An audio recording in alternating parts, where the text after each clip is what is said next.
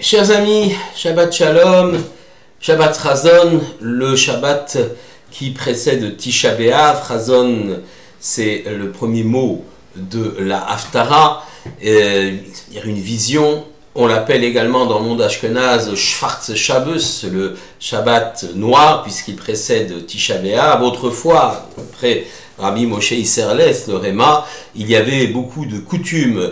Ce Shabbat-là, on ne mettait pas d'habit de Shabbat, on retirait le parochet, il y avait même des signes de deuil Shabbat. Le Gaon de Vilna est venu et a supprimé toutes ces règles-là et a fait de Shabbat, ou a remis le Shabbat dans ce qu'il avait de plus particulier des règles du Shabbat, c'est-à-dire pas de signe d'Avelout durant ce Shabbat-là. Le Gaon de Vilna a donc supprimé toutes les coutumes de deuil qui avaient lieu ce Shabbat-là, le Shabbat précédent Tisha B'Av. Bien sûr, Tisha B'Av, lui, va rentrer. Particularité, il rentre 1 heure avant la fin de Shabbat. On va donc, durant la fin de ce Shabbat, ne plus pouvoir s'alimenter. Et par contre, on ne pourra plus montrer de signes de deuil. Et lorsque Tisha B'Av entrera, alors les signes de deuil, le Shabbat va sortir, on dira Baruch Hamadil ben Kodesh Lechol, béni sois-tu celui qui sépare entre le sacré et le profane, et le Shabbat, lui, donc sortira, et Tisha B'Av entrera, et en plus du jeûne qui a commencé pendant Shabbat, les autres règles de Avelout, les autres règles de deuil vont pouvoir s'appliquer dans toute leur dureté, si on peut dire, ce qu'on appelle les Chamisha Inouim, les 5 afflictions de Tisha B'Av, à savoir le jeûne, l'interdiction de se laver, l'interdiction de s'enduire avec quelques produits de ce soir, l'intimité conjugale et le fait de porter des chaussures en cuir. Tisha B'Av, le 9 Av, est donc un jour funeste. Ce jour-là, à l'époque de Moshe, le peuple d'Israël, entraîné par les explorateurs, a refusé d'entrer en terre sainte. Le peuple s'est lamenté et a suivi le mauvais conseil des explorateurs. Nous sommes dans la parachat Shelech Lecha.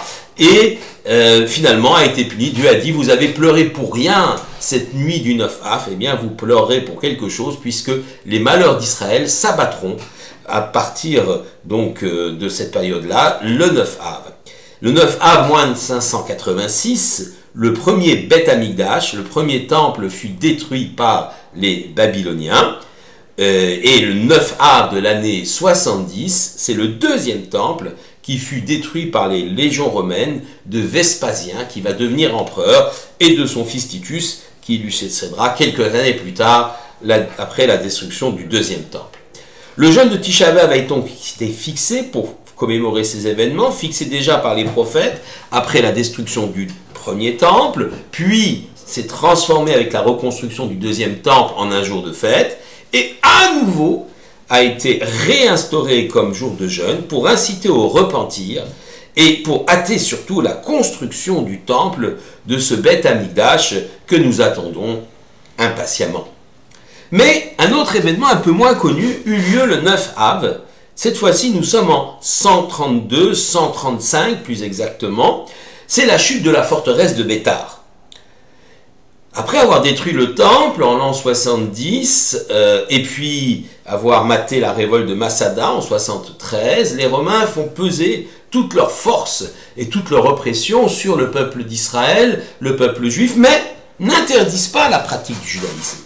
On attendra l'empereur Adrien, qui va quelque part être pire que Vespasien et Titus, qui ont détruit le temple de Jérusalem, parce que lui décrète l'interdiction de l'étude et de la pratique du judaïsme.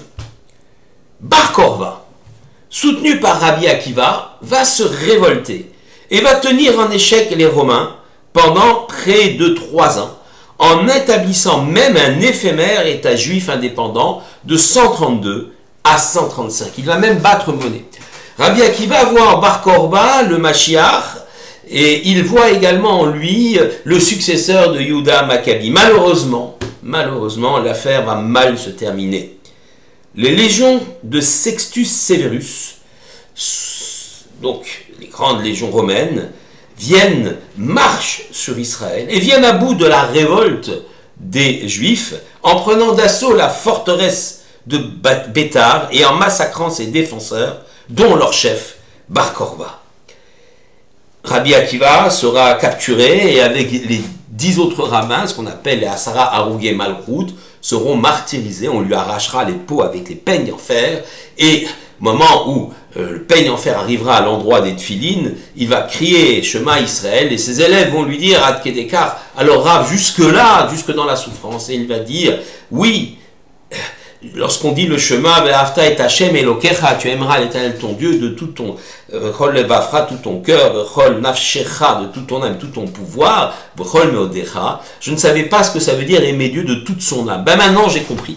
Je donne mon âme à Hashem et finalement, effectivement, après avoir dit le Shema, son âme s'envole vers le ciel et Rabbi Akiva donc passe dans l'autre monde.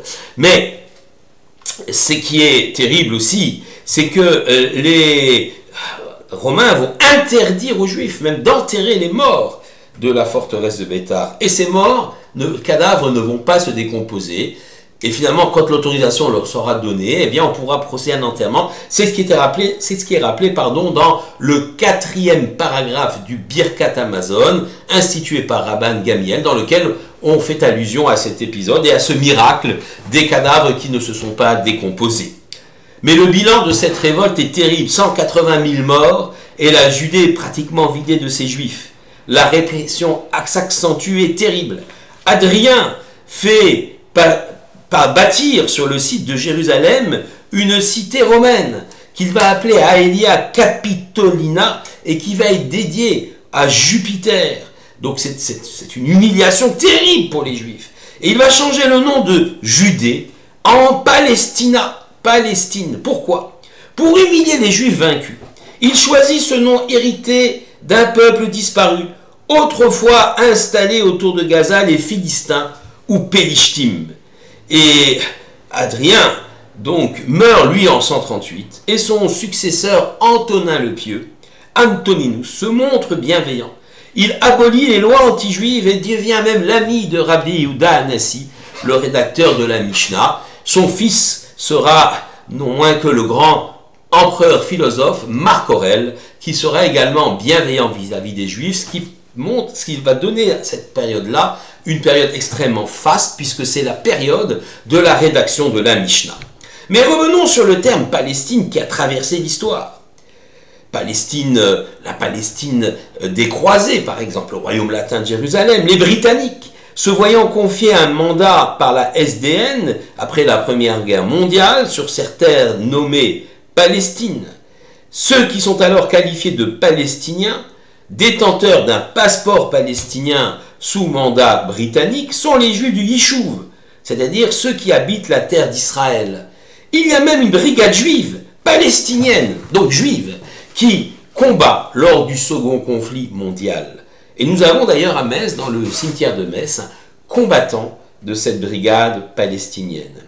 Revendiquer la terre d'Israël comme Palestine, from the river to the sea, de la rivière à la mer, au nom d'un peuple palestinien, est l'une des plus grandes escroqueries de l'histoire.